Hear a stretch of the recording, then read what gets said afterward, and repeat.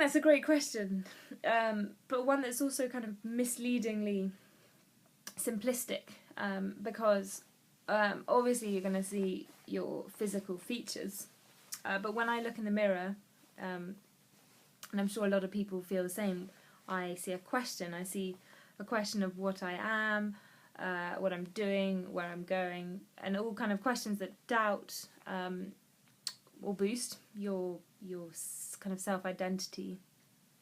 And the mirror is a way of kind of asserting who you are, and your ego trying to assert who you are. So it's very difficult to sort of come up with one particular definition of what I see. Obviously, I have known my body and my face for 23 years, so that is kind of a lot more. That's a lot easier to pinpoint. But some days I'll see a very weak, kind of broken, vulnerable girl, and then other days I'll see someone who's really strong and resilient, a kind of warrior, a warrior woman. So I guess the fact that it's always kind of vacillating and there's no one definition, because of that I kind of place a lot less trust in what I see in the mirror. And with age, definitely from my teenage years, with age I'm a lot more reluctant to look in the mirror or place as much value in my reflection. Because when I was younger, it was this bizarre kind of battleground and boxing ring of identity, and I'd look in the mirror and every fault that I would see or dissatisfaction that I would see. So, for instance, I don't know, I'd see something with my nose or something.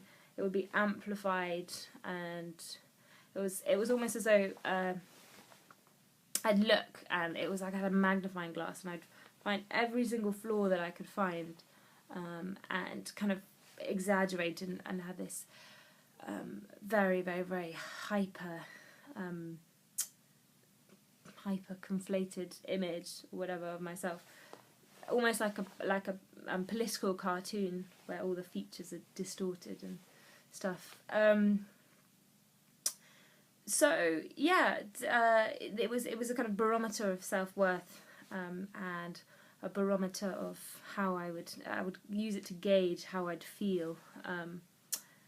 The mirror would almost be like an invigilator. So if I didn't think I looked good enough in the mirror, then I wouldn't go out or something, which is really, I guess, if you do become obsessed with the mirror, and kind of place extreme trust in what you see, then it kind of blights your outlook, and you kind of have a blinkered outlook of what you are.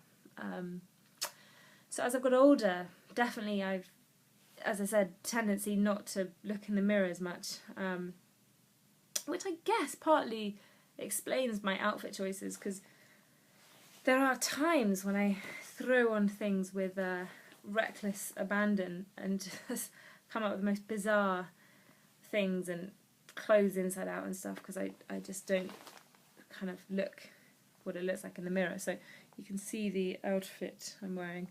Alpaca with florals and a ski jacket. No joke. So I think it's important to realise that what you see in the mirror is only half of what you are. And yeah, you've it's all too easy to think, as a woman growing up in society where you're kind of encouraged to hate yourself and to base a great deal on your appearance. It's all too easy to think that the sort of face exists and that you exist in two-dimensional form, but definitely kind of understanding that there is, someone who's vivacious and interesting and engaged is a lot more attractive and appealing than someone who's just conventionally beautiful. So I guess kind of realising that helps me be less sort of masochistic with the mirror and more forgiving and more accepting of my flaws. So when I look in the mirror, I see a myriad of things, but I always try and do so with a lens of contentment, and I kind of I try to be very, very positive about the image I see, because if you kind of only you can make yourself feel beautiful and a worthy person. So kind of being positive when looking in the mirror is important.